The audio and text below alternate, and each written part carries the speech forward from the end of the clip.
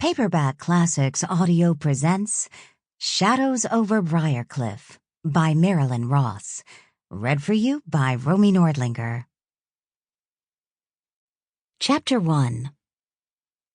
She was repeating the same journey she had made a year ago, and yet it was all so different.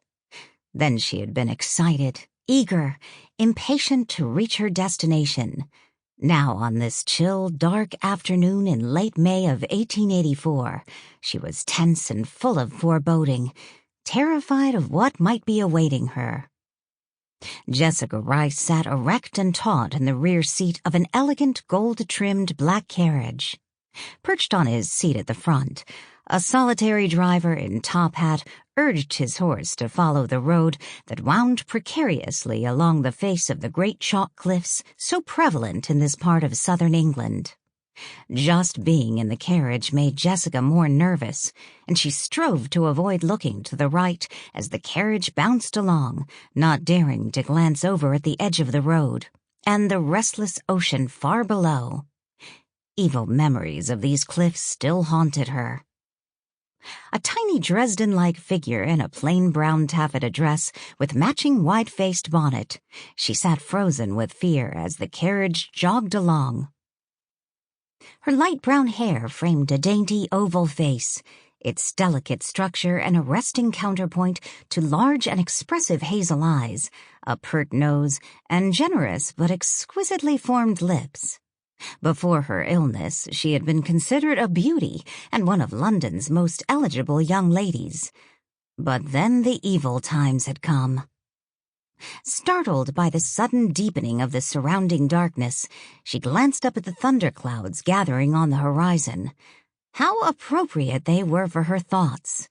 In another quarter hour, the towering gray stone of Briarcliff would come into view.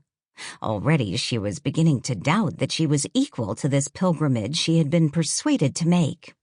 Stephen Briar had convinced her it would be for the best, and fortunately he would be at Briarcliff to greet her. Stephen Briar had been married to her sister Anne, her late sister. A chill ran through Jessica. How unnerving to think of her sister, only a year older than Jessica, in that way. Her empty grave lay beneath a stone in a rural cemetery far from busy London, where the sisters had been raised. Jessica shivered to recollect the grim, bizarre chain of events responsible for this happening.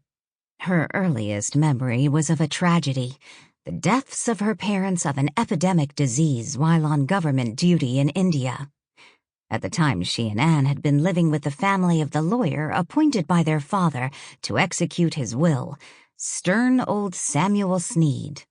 The Sneed household was an austere one, run with Spartan fervor by Sneed's grim wife Martha.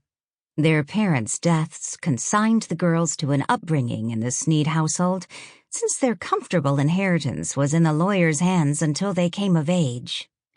Even then, the tight-fisted Samuel Sneed, insisting he must continue to manage their affairs under their late father's instructions, had doled out their money most sparingly.